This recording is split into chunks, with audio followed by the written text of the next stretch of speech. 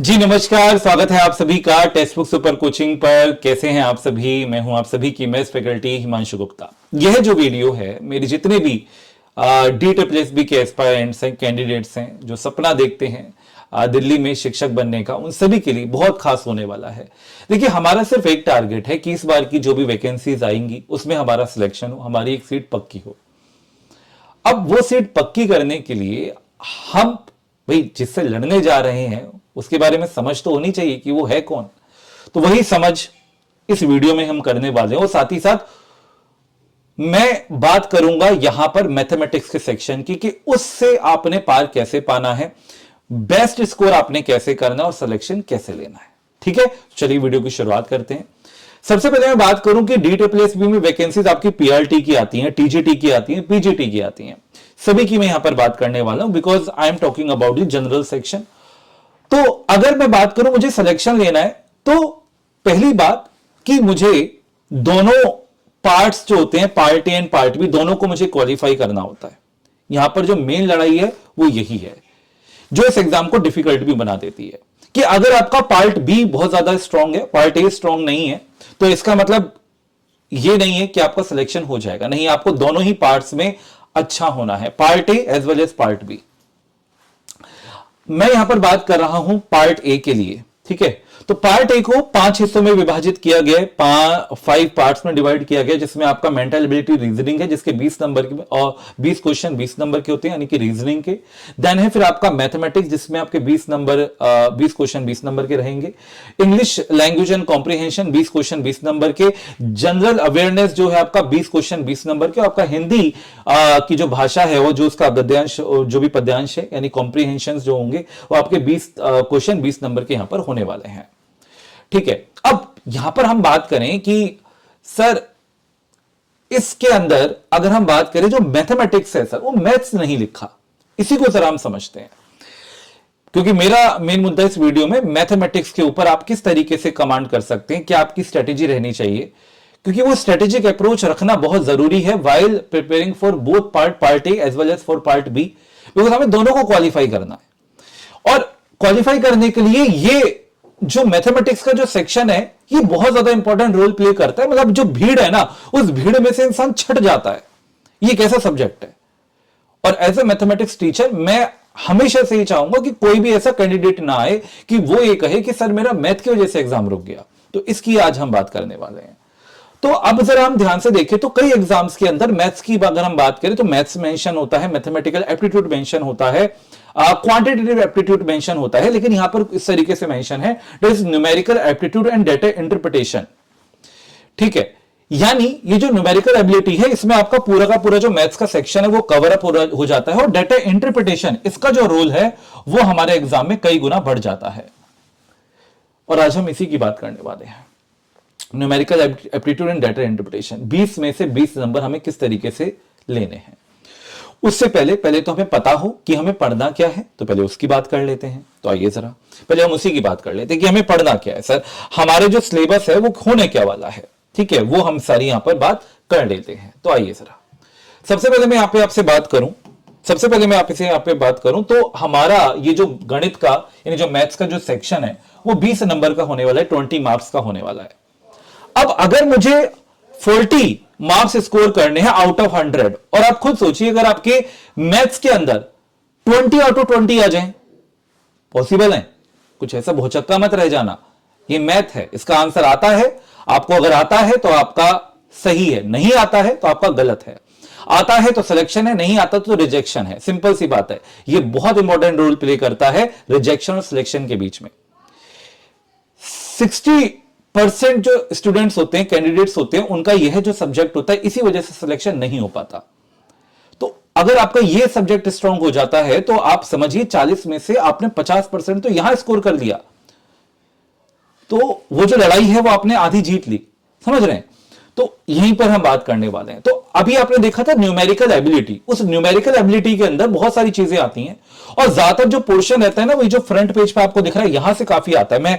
मैंने पूरा का पूरा जो पेपर है आपके लिए, सारे पेपर्स मैंने देखे, उसमें से एक पेपर मैं आपको दिखाऊंगा। ये जो एक आपको पेपर दिख रहा है, ठीक है, this is one of the paper for DSSB। और इसके अंदर आप देखोगे तो खैर ये तो अभी रीजनिंग का सेक्शन आया है, तो इसमें आप सारा देखोगे तो सिंप्लीफिकेशन से क्वेश्चंस होंगे, बहुत सारे सरलीकरण से सवाल आते हैं, प्रॉफिट एंड लॉस से क्वेश्चंस आते हैं। आप देख रहे हो, ये देखो, ये देखो, ये आपके लिए कई सारे क्वेश्चंस होंगे। तो मैंने कई सारे पेपर्स यहां पर अच्छे से एनालाइज करा है और फिर मैं आपके सामने ये जो बात है यहां पर कहने जा रहा हूं। सिंप्लीफिकेशन, सरलीकरण की बात कर रहे हैं और साथ ही साथ जो भी कैंडिडेट्स अभी तक जो भी मैंने पढ़ाया है वो सारी चीजों को ध्यान में रखते हुए आपके लिए ये जो सेशन है वो होने वाला है।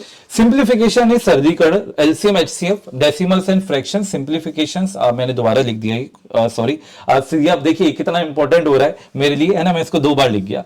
And then divisibility and unit digit, ठीक है, डिविजिबिलिटी एंड यूनिट डिजिट, ये आपका सेक्शन यहां पर होने वाला है। यानी कि अगर मैं बात करूं सरलीकरण, महत्तम और लघुत्तम समावर्त, दशमलव और भिन्न, और विभाजन और इकाई अंक, तो पूरा अगर मैं नंबर सिस्टम में बात करूं तो ये वाला जो सेक्शन है, ये वाला जो पार्ट है हमारे DSSB के लिए खासा इंपॉर्टेंट है। हर एक चीज को नोट डाउन करते चलना, हमें पढ़ना क्या क्या है, पहली बात तो।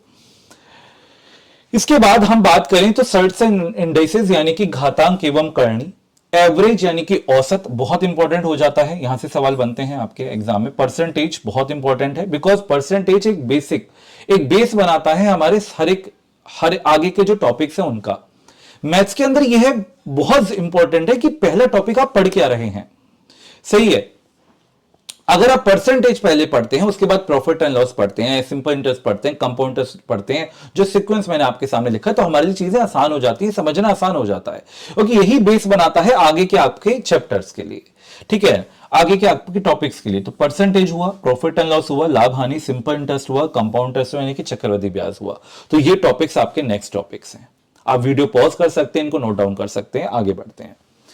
देन फिर एज आएगा, आयु आएगा, रेशियो एंड प्रोपोर्शन आएगा, पार्टनरशिप आएगा, मिक्सचर्स एंड एलिगेशंस आएगा। So these 3 topics are interlink topics. ये जो 3 टॉपिक्स आपके सामने दिख रहे हैं इंटरलिंक टॉपिक हैं, इनका आपस में लिंक है। जिसको अनुपात आता है, रेशियो एंड प्रोपोर्शन, अनुपात व समानुपात आता है, वो भली भांति आसानी से पार्टनरशिप कर सकते हैं, and then mixture and alligation भी कर सकते हैं। खैर मिक्सचर एंड एलिगेशन तो परसेंटेज एंड रेशियो का दोनों का कॉम्बिनेशन, दोनों का समझ आपको होना चाहिए, इसलिए वो जो टॉपिक्स हैं वो पहले कर दे होंगे आपको, एंड देन फिर आप इस पर आएंगे, ठीक है। After that time, speed and distance यानी कि समय, दूरी एवं चाल। अब यह भी बहुत अच्छा है कि यहां पर हम ये पढ़ रहे हैं। उसके बाद आपका आ जाएगा बोट्स एंड स्टीम यानी कि, है ना, और फिर आपका आ जाएगा ट्रेन यानी कि नाव और धारा और रेलगाड़ी। अब यहां पर साथ ही साथ जब हमने यहां पर एलसीएम एचसीएफ पढ़ लिया है, देखो एलसीएम एचसीएफ हमने यहां पढ़ लिया है, अब इसका एप्लीकेशन आएगा आप पे टाइम एंड वर्क में, और जिसको हम वर्क एंड वेजेस भी कह देते हैं। तो मैं इसको अलग से काउंट नहीं करता, मैं ये कहता हूं कि जो टाइम एंड वर्क है उसी में हम वेजेस भी पढ़ेंगे, वेजेस भी कर लेंगे, टाइम एंड वर्क और वेजेस वाला पार्ट जो है। अगर हमें ये आ गया तो हमें पाइप एंड सिस्टम भी आ जाएगा, बस कुछ चीजें हमें एक्स्ट्रा पढ़ने की जरूरत होगी। So these 2 topics are interlink topics, and similarly these 3 topics are interlink topics, ठीक है। इसी के अंदर हम रिलेटिव स्पीड भी पढ़ेंगे, सापेक्ष चाल भी पढ़ेंगे, जिससे संबंधित आपका ट्रेन यानी कि रेलगाड़ी के सवाल होने वाले हैं, ठीक है।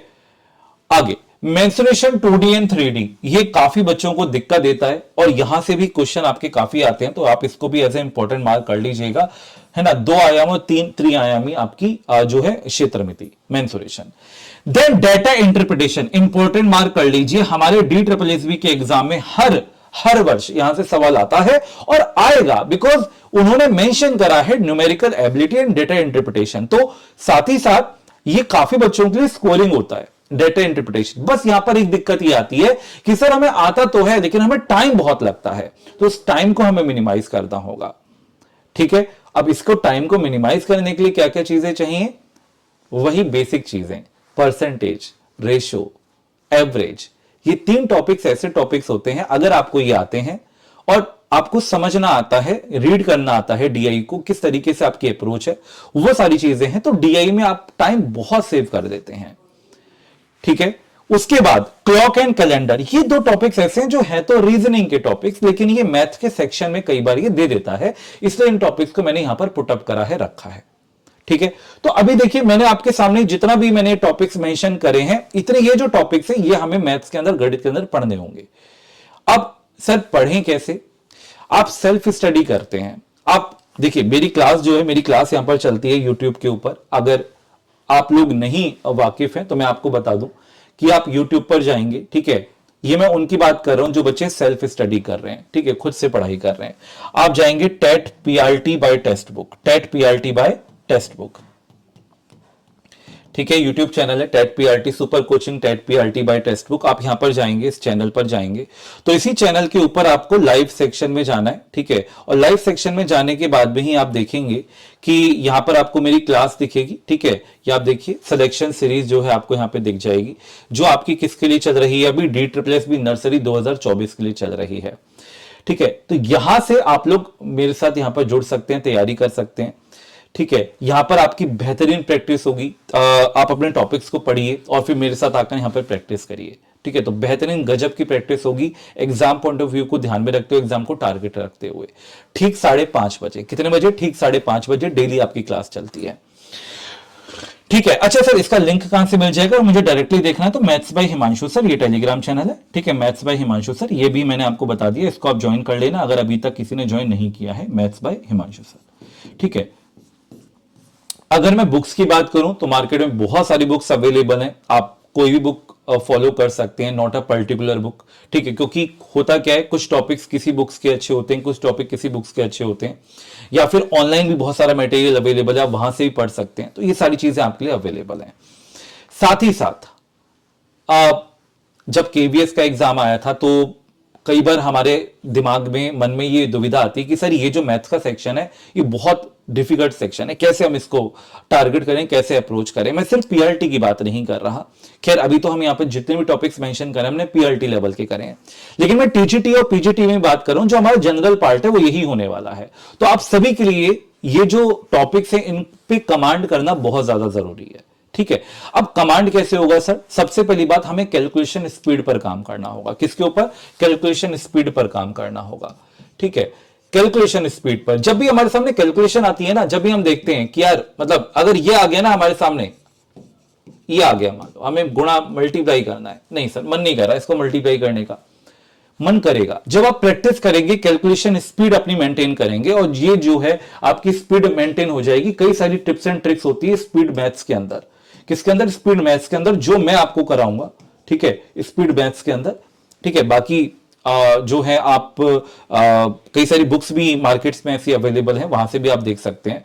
तो वहां पर कई सारी टिप्स एंड ट्रिक्स होती है, मल्टीप्लिकेशन कैसे करना है, डिवीजन कैसे करना है, परसेंटेज आपने कैसे निकालना है जल्दी से, ठीक है। ये सारी चीजें आपको डीआई में भी बहुत ज्यादा हेल्प करती है स्पीड मैथ्स की, और साथ ही साथ हमारी कैलकुलेशन स्पीड को स्ट्रॉन्ग करेगी। हमारा जो डर है, वो जो भय है वो निकलेगा, हमारा जो कहते हैं ना फ्रेंडशिप जो है वो बनेगी आपकी मैथ्स से, वो बहुत होना वो जरूरी है होना।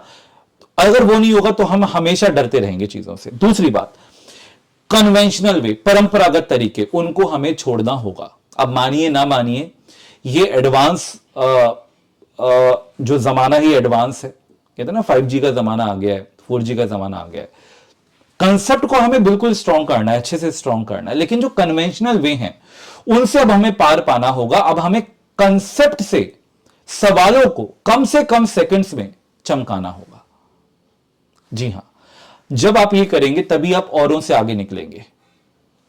केवीएस मतलब, और मैं इस चीज से प्राउड भी फील करता हूं, केवीएस हुआ एग्जाम, आपका सीटेट एग्जाम हुआ, मैं लो लेवल, मतलब मैं ये नहीं कह रहा कि, मतलब सीटेट एक ऐसा एग्जाम है जो हर एक बच्चा क्वालिफाई कर सकता है, लेकिन कैंडिडेट्स कई सारे बच्चे ऐसे जिनको सीटेट में भी, मैथ्स में भी परेशानी होती है। पेपर 2 का भी जो लेवल है अब धीरे धीरे बढ़ रहा है।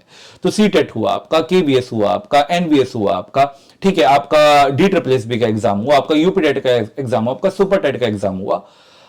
अब हर एक एग्जाम का मैथ उठाकर देखिए, जो टॉपिक्स है वो एक जैसे हैं, टॉपिक्स है वो एक जैसे हैं, लेकिन उनका जो लेवल है वो अलग है। और हर एक लेवल के कैंडिडेट्स का जो सिलेक्शन है वो मायने रखता है कि आप उस एग्जाम के पैटर्न को किस तरीके से अच्छे से समझ पा रहे हैं।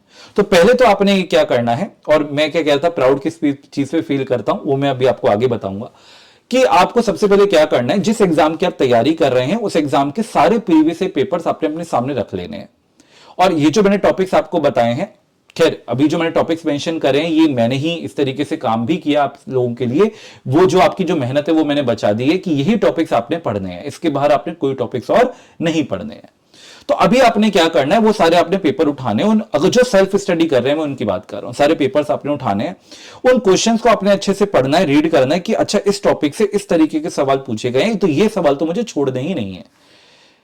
ठीक है, आप एक टॉपिक को अच्छे से प्रिपेयर करिए, देन आप उस क्वेश्चंस को देखिए किस तरीके से क्वेश्चन पूछे गए हैं, क्या आप वो क्वेश्चन सॉल्व कर पा रहे हैं, नहीं कर पा रहे हैं। अगर नहीं कर पा रहे हैं तो आप देखिए क्या वो कंसेप्ट आपने पढ़ा है, और अगर पढ़ा है तो आप उसको रिलेट क्यों नहीं कर पा रहे हैं, उस कमी को आपने देखना होगा। ये जो केस स्टडी है हर एक कैंडिडेट को अपने ऊपर करनी होगी, तभी आप सेल्फ स्टडी से एग्जाम को क्वालिफाई कर सकते हैं। मैं ये नहीं कहता नहीं कर सकते, कर सकते हैं, लेकिन जद्दोजहद वो मेहनत आपको दिन रात एक करना होगा। अब सर मेरे पास टाइम कम है, क्योंकि एग्जाम कब होने वाला है, मार्च अप्रैल में, मार्च अप्रैल में आपका एग्जाम होने वाला है। ठीक है, मार्च अप्रैल में आपका एग्जाम जो है वो हो जाएगा, मार्च एंड में या फिर अप्रैल के फर्स्ट वीक में आपका जो एग्जाम है वो हो जाएगा। तो अब इसकी तैयारी सर अगर मैं स्ट्रेटेजिक वे में करना चाहूं, मेरे पास इतना टाइम नहीं है, स्ट्रेटेजिक भी तैयारी करनी है, मुझे अच्छे से तैयारी करनी है कि मुझे कोई गाइड करने के लिए चाहिए, तो मैं आपके लिए खड़ा हूं। मैं ये कह रहा हूं कि मैं आपके लिए खड़ा हुआ हूं, और मैं प्राउड फील इस वजह से करता हूं कि जितने भी मेरे कैंडिडेट्स हैं, स्टूडेंट्स हैं जो मुझसे पढ़े हैं, और आप जो भी मुझसे पढ़े जिनका सिलेक्शन हुआ है, मैं चाहूंगा अगर आप ये वीडियोस देख रहे हो तो आप कमेंट सेक्शन में अपना फीडबैक मुझे जरूर दें। तो केवीएस हुआ या कोई भी एग्जाम हुआ, जितने भी कैंडिडेट्स मुझसे पढ़े हैं, DSSS में मुझसे पढ़े हैं, उनका सिलेक्शन हुआ है, और मैथ से उन्होंने सिलेक्शन लिया है। मतलब मैथ से सिलेक्शन लेने का मतलब जिनका भी सिलेक्शन हुआ है, जो बच्चा मुझसे पढ़ा है, वो कभी ये नहीं बोलेगा कि सर मैथ्स की वजह से मेरा पेपर रह गया, वो ये बोलेगा सर मैथ्स की वजह से मेरा सिलेक्शन हुआ, सर आपसे पढ़ के मेरा सिलेक्शन हुआ। तो इस पर प्राउड भी फील होता है, अच्छा लगता है कि हाँ, कि जो बच्चा है उसने पढ़ा है, मेहनत की है। देखो मेहनत तो बच्चे की ही रहती है, लेकिन जो जिस तरीके से उसको गाइड किया जाता है, जिस तरीके से उसको होमवर्क दिया जाता है, जो चीजें आपको बताई जाती है, अगर वो आप फॉलो करते हो, रेगुलरली फॉलो करते हो, तो डेफिनेटली आपका सिलेक्शन होगा। Consistency is the key. Consistency आपने हमेशा रखनी है, चाहे आप पेड बैच में पढ़ रहे हैं, चाहे आप सेल्फ स्टडी कर रहे हैं, आपको वो कंसिस्टेंसी हमेशा हमेशा फॉलो करनी है, हमेशा रखनी है। तो जो बच्चे सेल्फ स्टडी कर रहे हैं वो मेरे साथ आके प्रैक्टिस करेंगे शाम को 5:30 बजे यूट्यूब के ऊपर। मैंने आपको बता दिया कहां से क्लास लेनी है, आपने maths by Himanshu sir Telegram channel है, इसको ज्वाइन कर लो। साथ ही साथ मुझे हर एक टॉपिक को सर डीपली अगर अच्छे से पढ़ना है, मुझे हर एक क्वेश्चन का टिप्स ट्रिक्स, बेहतरीन जो तरीके हैं चमकाने के वो भी सीखने हैं, मुझे कंसेप्ट भी स्ट्रॉन्ग करना है, और मुझे 20 आउट ऑफ 20 तो स्कोर करना ही है, लेकिन टाइम नहीं है। तो आपके लिए पेड बैच भी अवेलेबल है, आप उसमें भी ज्वाइन कर सकते हैं, क्योंकि जो चांस है ना वो बार बार नहीं मिलता। तो आप इस चांस को अपने ग्रैब करना है। ठीक है, ग्रैब मतलब छीनना है आपने, और इसे दूसरे से आपको छीनना होगा, अपने अंदर वो अपनी जिद पैदा करनी होगी। ठीक है, और जो भी चीजें प्रोवाइड हो सकती है मेरी तरफ से, वो सारी चीजें मैं आपको प्रोवाइड करा रहा हूं। मैं आपको हर एक टॉपिक को, और ये दावे के साथ कहता हूं, ऐसा पढ़ाऊंगा कि घोट कर पिला दूंगा, घोट कर पिला दूंगा। हर एक टॉपिक आपको बारीकी से समझाऊंगा, उस लेवल तक रह जाऊंगा जो एग्जाम का लेवल है, उससे भी एक लेवल ऊपर जाएंगे। तो कहने का मतलब सिर्फ यह है कि 20 में से 20 का जो टारगेट है वो दूर नहीं है, बस आपको उस तरीके से रमना है, उस तरीके से लगना है, जिस तरीके से मैं आपको गाइड करूं, जिस तरीके से मैं आपको पढ़ाऊं, बस आपने उस चीज को फॉलो करते हुए चलना है। ठीक है, और सेल्फ स्टडी भी अगर आप कर रहे हो तो बुक्स आप जो भी आप पढ़ रहे हैं, मतलब देखिए अभी तो खैर टाइम बहुत कम है, इस टाइम में अगर आप सारे सब्जेक्ट्स को टारगेट लेते हुए चलेंगे तो ये मुश्किल हो जाएगा, लेकिन जो बच्चे पहले से तैयारी करते हुए आ रहे हैं उनके लिए संभव है, सेल्फ स्टडी से भी संभव है। तो आप लोगों को हर एक टॉपिक को अच्छे से पढ़ना है, एग्जाम के प्रीवियस पेपर्स आपने उठा लेने हैं और उसको पढ़ना शुरू कर देना है। ठीक है, आप देखिए आप कहां लैग कर रहे हैं, किस टॉपिक में लैग कर रहे हैं, उस टॉपिक को हाईलाइट करिए, उस टॉपिक को फिर से आप अच्छे से कमांड उस पर करिए, अच्छे से उसको पढ़िए, डेफिनेटली सिलेक्शन होगा, डेफिनेटली सिलेक्शन होगा, कोई रोक ही नहीं सकता। सिर्फ और सिर्फ आपको अपने अंदर वो जिद है, वो जो जुनून है वो पैदा करना होगा, वो स्ट्रेटेजी आपने अप्लाई करनी होगी। इस टॉपिक में वीक हूं, वो आपको कैसे समझ में आएगा कि उस टॉपिक के आप क्वेश्चंस कर पा रहे हैं या नहीं कर पा रहे हैं। ठीक, अच्छा सर, ये जो बैच है, आप बैच में एनरोलमेंट कैसे कर सकते हैं तो वो भी मैं आपको बता देता हूं। तो ये जो है नंबर मैं आपको देता हूं, डेट इज 8700320257। इस नंबर पर आप कॉल या व्हाट्सएप मैसेज कर सकते हैं DSSB का आपका जो पेड बैच है उससे जुड़ने के लिए। और यहां पर इस बैच के अंदर आपको मेरी जो मैथ्स की क्लासेस हैं वो मिलेंगी और हर एक टॉपिक की क्लासेस आपको मिलेंगी, प्लस उसके जो प्रैक्टिस क्वेश्चंस है हर क्लास के बाद मैं आपको प्रोवाइड कराऊंगा, ताकि जो आप क्लास से पढ़ रहे हैं उससे रिलेटेड आपका प्रैक्टिस भी अच्छा से होता रहे। साथ ही साथ सर वो जो मैं पढ़ा रहा हूं उसका मुझे PDF नोट्स भी मिलेगा, साथ ही साथ मैं उसका आपको सेक्शनल टेस्ट भी प्रोवाइड कराऊंगा। तो जब हम इन 4 स्टेजेस से होकर गुजरेंगे तो हमारा एक एक टॉपिक अपने आप स्ट्रांग हो जाएगा, मजबूत हो जाएगा।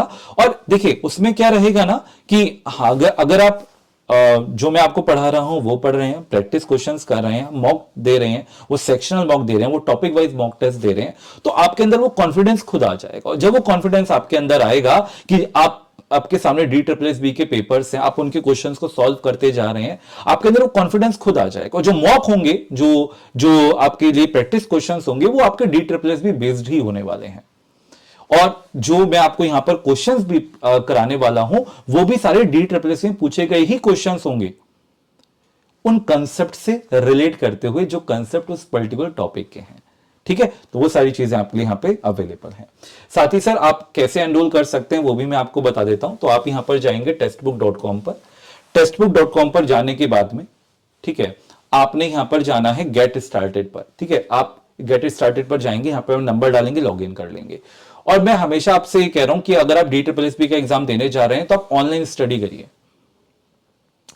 रीजन है कि जो एग्जाम है वो ऑनलाइन, वो CBT मोड में है। ठीक है, ऑनलाइन एग्जाम होने वाला है। तो ऑनलाइन एग्जाम जब आप दोगे तो आप ऑनलाइन मॉक जितने ज्यादा दोगे, ऑनलाइन जितना ज्यादा अपने मतलब कंपेटेबल हो जाओगे, कंफर्टेबल हो जाओगे, उतना एग्जाम में भी अच्छा परफॉर्म करोगे।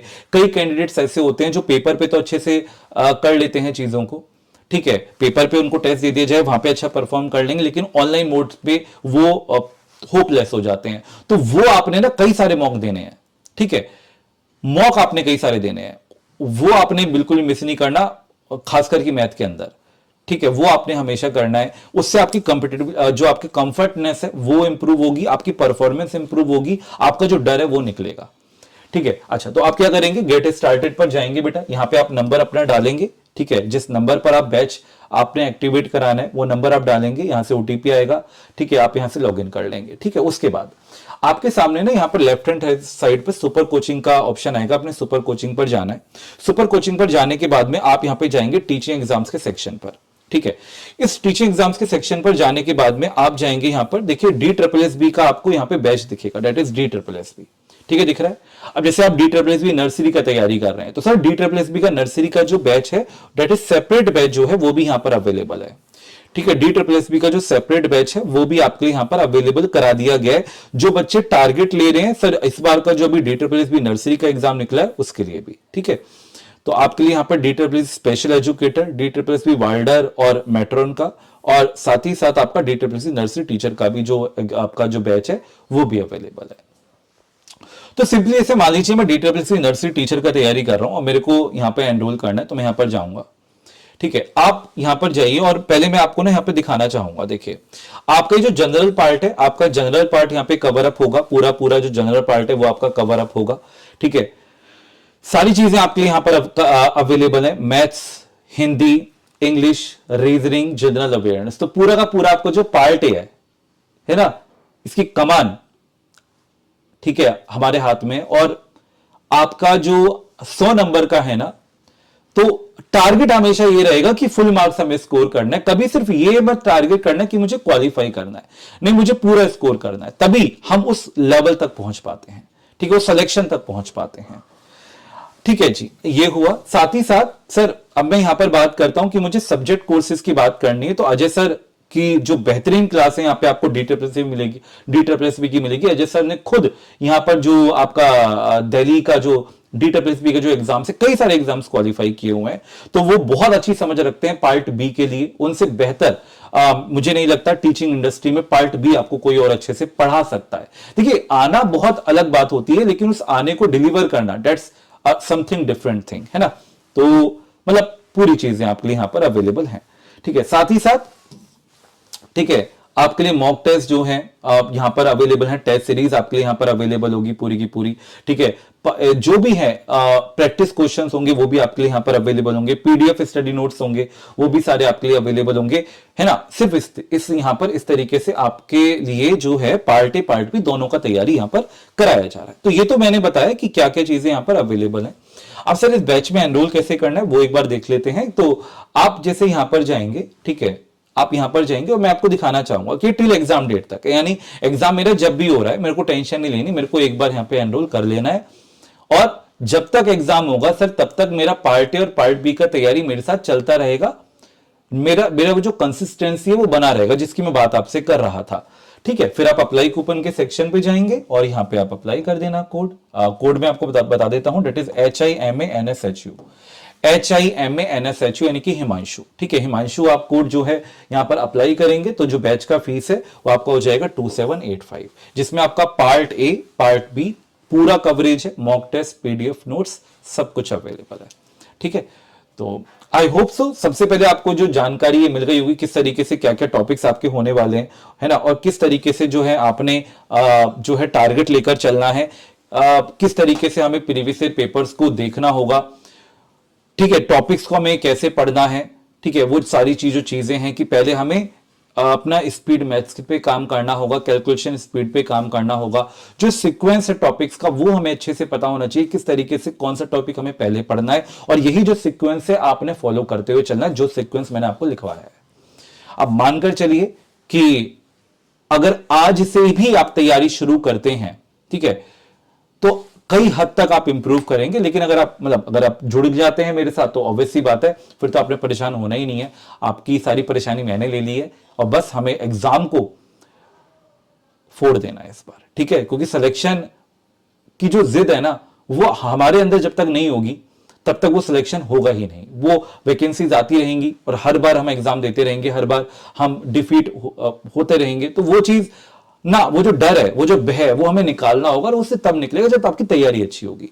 जब तैयारी अच्छी हो जाएगी अपने आप हमारे अंदर से जो डर है, जो गम है, वो भय है, वो निकल जाएगा, ठीक है। तो चलिए फिर ये था मेरी तरफ से आप लोगों के लिए आज का वीडियो। अगर वीडियो पसंद आया हो तो लाइक करिएगा, कमेंट सेक्शन में बताइएगा जो भी आपका क्वेरी हो, जो भी आपका सवाल हो। मुझे बहुत अच्छा लगेगा, मैं आपका जवाब, आपके जो भी क्वेरीज हैं, जो भी सवाल है उनका जवाब दूं। मिलते हैं आप लोगों से नेक्स्ट वीडियो में, तब तक के लिए जय हिंद, जय भारत, नमस्कार। आप सभी का दिन बहुत बहुत शुभ हो।